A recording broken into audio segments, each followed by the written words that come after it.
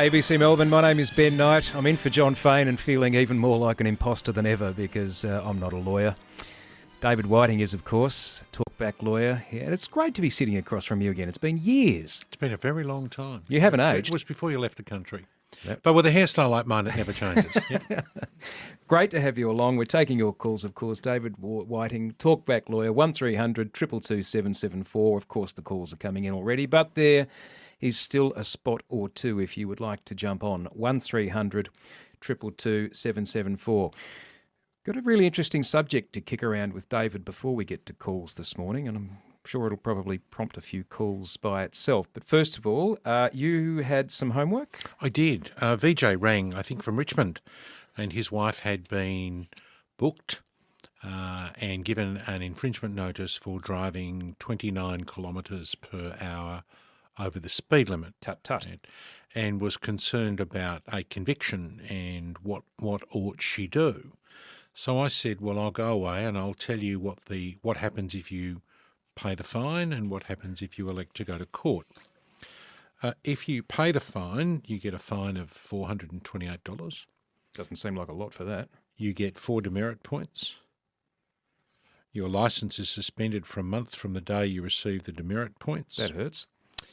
And but the payment of the fine is not an admission of guilt for any purpose. So no conviction. You pay the fine, you get the points, you get the suspension, end of discussion. Now, but you can turn around and say, I want to contest the matter or I want to put additional material before the magistrate, at which stage you can go to court. And the court may say, look, you have a reasonable excuse and in the circumstances we dismiss the charge, right? If she doesn't have the charge dismissed, then the maximum fine becomes $1,558. Yow. Same demerit points, same licence suspension, and if she is found guilty, then there will be a finding of guilt recorded, even if they then move to a bond. So in a sense, it's a no-brainer. If I was faced with that, then the answer would be pay the fine, no admission of guilt, no criminal record. Doesn't mean that it won't be recorded because they have the concept of what the police have recordable events. That might be one of them. But I come along and say, lower fine, no day off work, same number of points. Unless you've got a really, really good excuse, I wouldn't be running the argument. Jeez, really 400 odd for 29 kilometres over the limit? I would have thought it would have been and should have been more like 1,500. Well, it gets a bit higher when if they allege 31, it's different. If 29 is sort of the break point. Okay, so is that what we call excessive speed? And excessive speed could be 5. I mean, I've seen people get tickets at 63. So, 3 over the limit. So you can get tickets at lots of ranges. So that's that. But it leads very neatly into the concept of spent convictions. Now,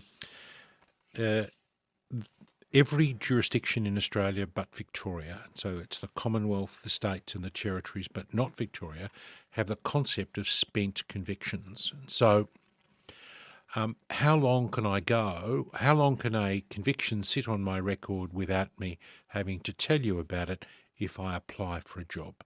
Age of 18, involved in a fight outside a nightclub or a football game, and I get fined or maybe do a month in prison, whatever it happens to be, and at the age of 45 am I still required to declare it? So I apply for a job of some kind. At what stage? Or a flat? Yes. They ask you for that. So this is having lived in the States for a few years coming out, but this is one of the reasons why convicted felons in the United States have such a difficult life because it affects everything. And if you're applying for a rental apartment, then you have to declare any criminal convictions, any felonies.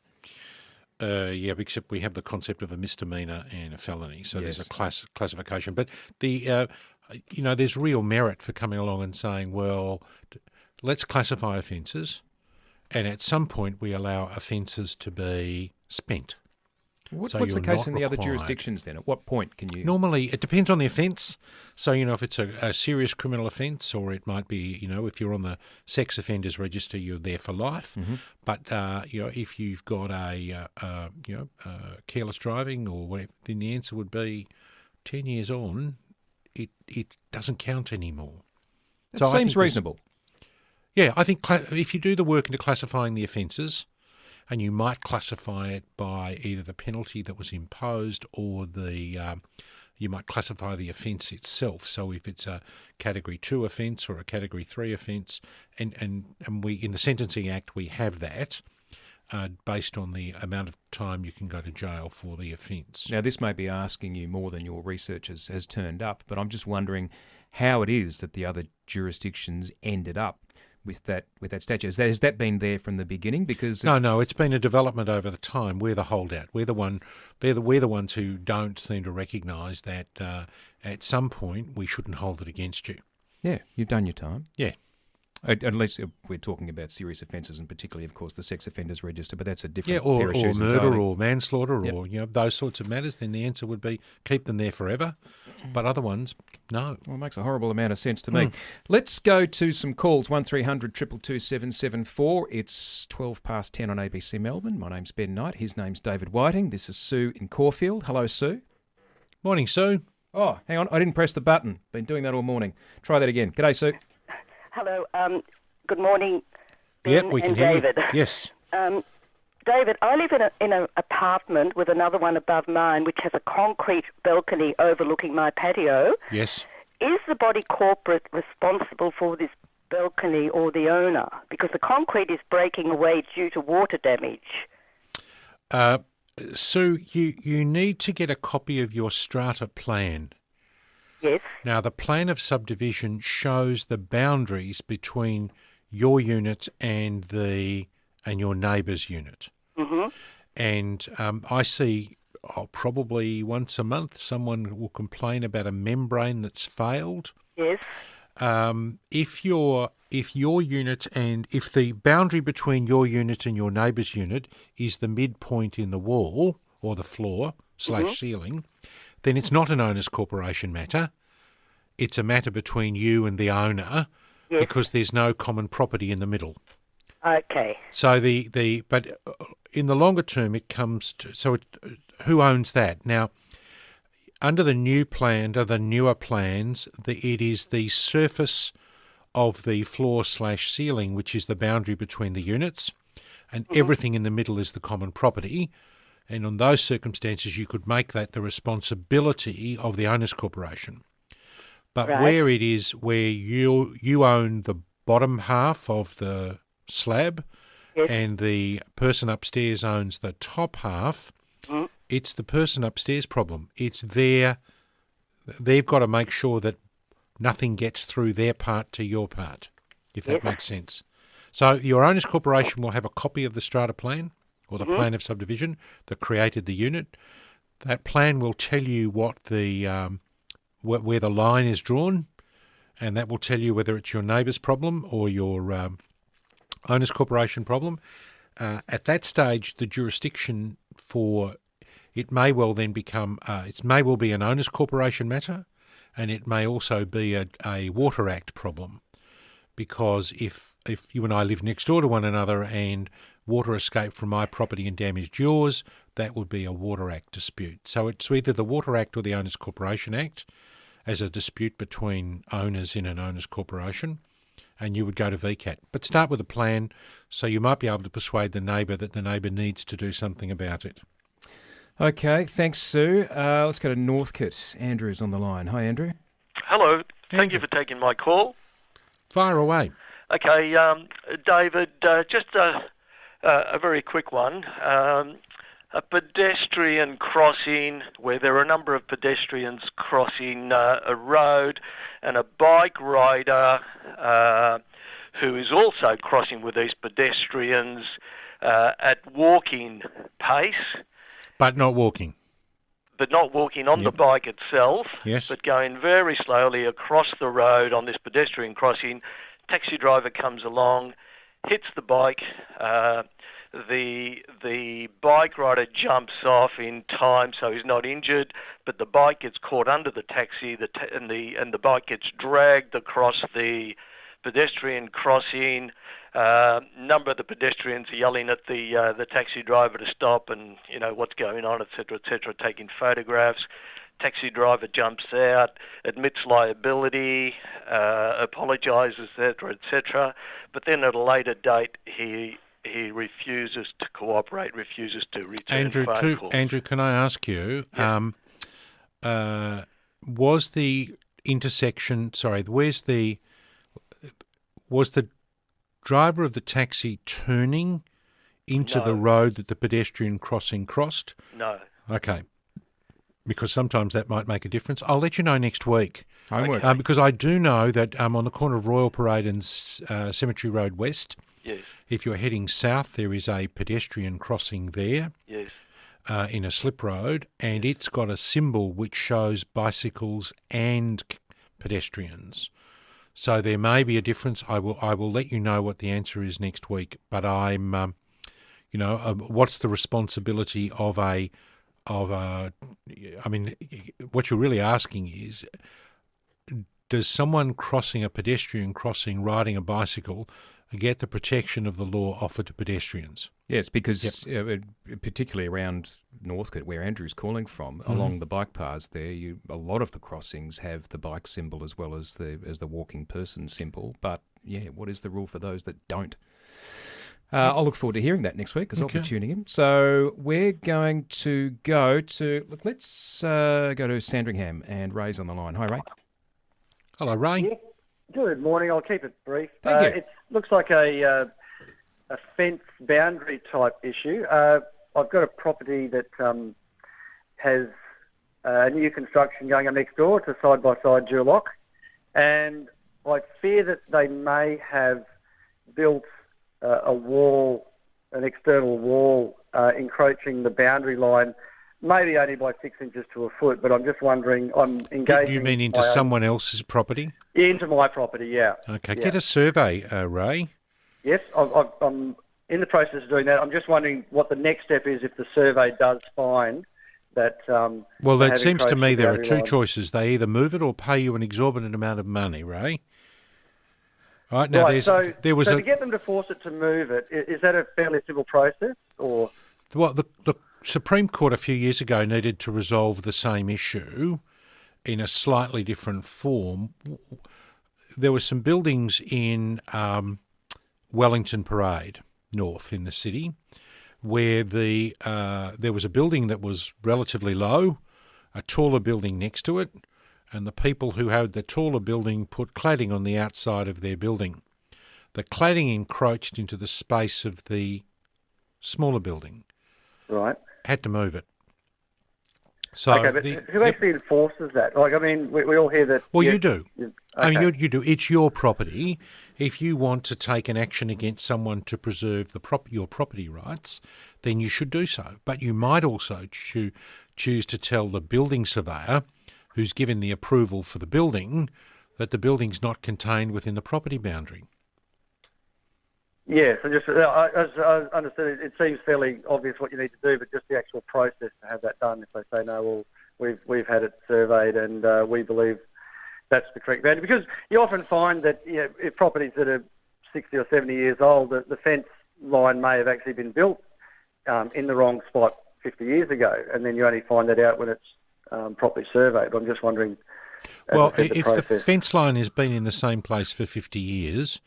then adverse possession rights that various parties have will mean that someone who owns such a property will be able to have the titles amended to accord with the occupation line. While we're still on fences, I want to go to Kate in... Well, actually, I think you're in the car. Is that right? Hello, Kate? I am in the car, yeah. Hi, how you going? Good. Thanks for taking my call.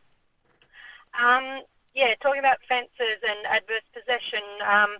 we were thinking about building a pool and a deck, and so we did the right thing and went and got our survey just to discover that our boundary fence, which borders with council land, is out by 182 square metres. How? in favour of the council. So, And but in terms of width, how far is it out? probably 4 to 5 metres. wow. the length That's of the quite a property. bit, isn't it? Yeah, it is. Yeah, Yes. yeah. How So, did you find out?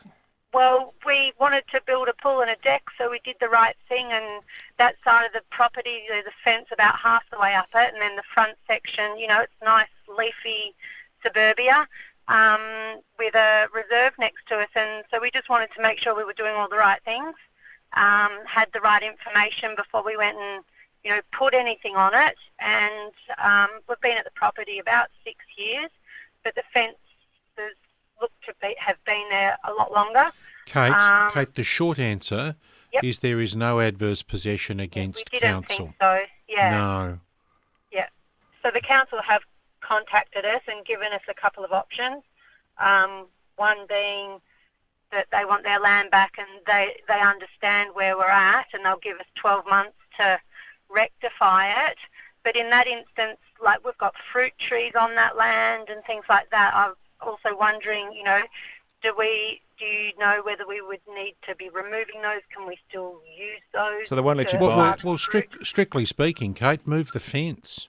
Yeah. Oh, yeah, I understand that. But then what about all these things that we're harvesting, fruit trees and things? Do you think Your neighbours will appreciate having fruit trees in the reserve. Yes. Okay. Cool. Right. Now, look, it's the discussion you have with council. Yes. But you're adversely possessing their land. Yes. If I force you off land that you're adversely possessing, I could ask you to remove what you'd put there. Yeah. But I would have thought your fruit trees would be more than 6 years old. Yes, they are. So, the answer was, well, your claim ought to be against the person who put them there, not me. Yeah. So there's not an option to buy the land? Sure. There is, but which is why I asked how big it was. If it's Yes. sort of 300 mil, Yeah. then you might get a valuation from the council and pay them. But the Yeah. aim is the reserves are for the benefit of the community at large. Yeah. 180 square metres, 3, 4, 5 metres wide. It's a big ask. Yeah. Yeah. All right. Is it possibly a laneway that's been closed in? No, it's downhill of a dam, one of the few dams left in suburbia, and Yes. and it's land that they couldn't build on in case the dam wall went. Okay. Why don't you ask if you could lease it from them? Yeah, they want a couple of grand a year for that. Yeah. Wow, whoopee-doo. Yeah. It's 180 square metres, $2,000 a year seems to me to be, well, you can take it out in fruit. Yeah, true. Yeah. Kate, look, to be practical, what works best for your property? I would have thought keeping it would even as a leasehold interest, would be better. But it's your Okay. call. Because it'll be worth, 180 metres, what would you pay for land around your area? 5,000 a I square don't want metre? to think about it at the moment. Okay, let's Yes, not try and buy it. Leasing it for next to nothing seems to me a pretty good deal. And probably better you Yeah. found out about it now than when you came to sell it, whenever that might be, although that Yep. obviously didn't bother the people who sold it to you. Ad infinitum back down the line. And on line 10, we have Victor with Newport, who's had, well, not quite the same, but certainly a nasty surprise. Hello, Victor. Hi, how you going, guys? How can we help you, Victor? Thanks for taking my call. I have purchased a property in Newport about 3 years ago, and I realised recently, about 2 weeks ago, I got a notice from the council saying the extension on the house doesn't have a permit, and therefore I need a building surveyor and get a permit for it. But my question is, I bought it with not knowing that, and the extension's been done about 25 years ago. Yes. So I'm not sure what the grounds for it. Can I fight it for keeping it as it is, or I have to go through building surveyor? The end result will be the same, Victor. Yeah. You could go and say, look, it's been there so long, it should be allowed to stay. To which the next question I would ask, if I was council, or even if I was VCAT, would be, is it safe? Now, council hasn't said you can't keep it. Yeah. Council basically needs to know that it complies with appropriate building regulations. Yep. So you'll never get what a retrospective permit, but Yeah. what you will get is the council's agreement that they won't take any action against it. Yes. So my it- question, yes. So the regulation, I believe, the new regulation is 2006, and that extension being built long before then. And therefore, the thickness of the concrete is a little bit thinner than the new regulations and the high ceiling. I'd actually approach it differently, Victor. I would be asking a building surveyor, and who will probably call in an engineer, and the question that I would ask is, what regulations does it need to comply with? Does it need to comply with the regulations now, or does it need to comply with the regulations that existed at the time of construction? And even if it needs to comply with the regulations now, it is possible to get exemptions from various parts of them. So I'd be starting with a building surveyor. Okay, thanks, Victor. Whoa, there you go. He's jumped. He's off to see his surveyor. Steve is in the Mornington Peninsula. Nope, Steve's gone. Is he? Nope. Okay, let me go to who have we got? Kerry in Armidale. Are you with us? Yes, hello. Oh, thank goodness. Thank you so much for taking my call. Hi, David. Hi, Kerry. Look, the reason we've got another fencing issue. The council in our area, we've got a very narrow footpath, and they bitumened all the footpath and the road. Now, I was actually away at the time, but when whatever machine they used to flatten the bitumen, they've actually come right up against our fence post, which is adjoining myself and my neighbour, and it's actually knocked the fence post to one side. The paling on my side has become detached, and now the adjoining fence between the two is also detached. The neighbour had to have their fence, their actual front gate.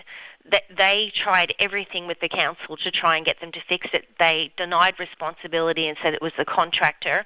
They couldn't even open their front gate because it had been knocked to such a degree, and they have a small child, and they had to get the stroller in and out. So they just they just gave up. Kerry, the responsibility lies with the people who did the damage. So the responsibility actually lies with the contractor. But even though it was the council that employed them. Well, the council engaged them to do some work. Yes.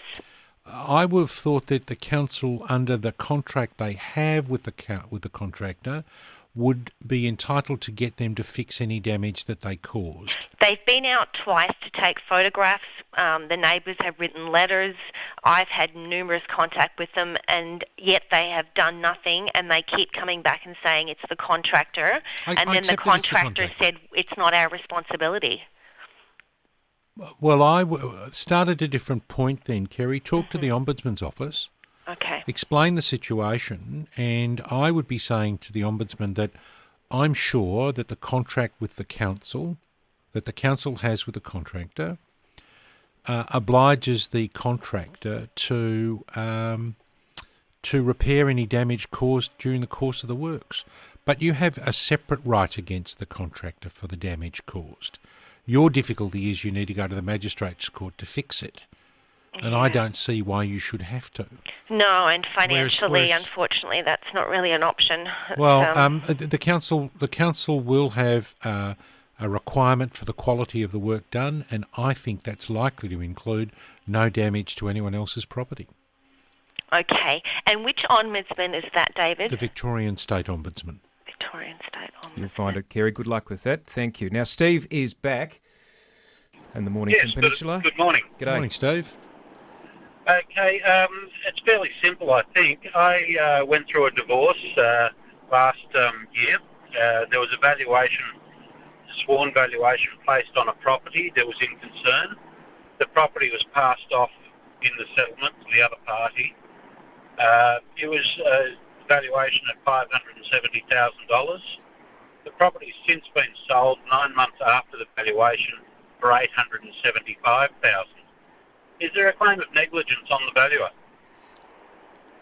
There might be, but did you settle or was it litigated? It was settled. Okay. Look, all I can say is, Steve, there might be. I would start by a slightly different question. I would want to know what value the agent put on the property when it was listed for sale.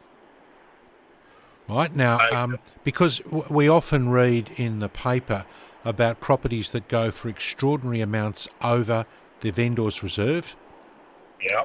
And if the vendor in this particular transaction had suggested it was worth 650 to 700, and it now goes for 875, well, I don't see that you've got a claim. So that's where I would start.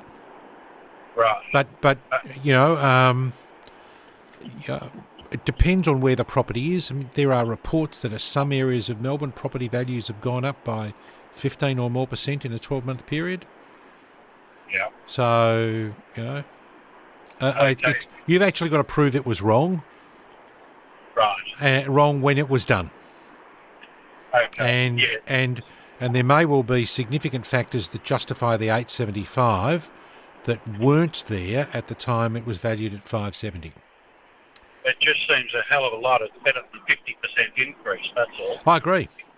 I agree, but all I've got is two numbers and a date. It's an awful situation to be in, Steve. Sorry about that. Thanks for your call and good luck with it. John is in Ringwood. Hello, John.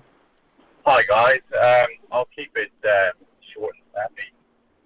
I've been with the same company for over a year. I drive a tow truck 12 hours a day. And I've recently just purchased my own tow truck. And within the first 2 days of owning that tow truck, I received a speeding notice for 67 in a 60 zone. Yes. I was beggar's belief that I was over that speed.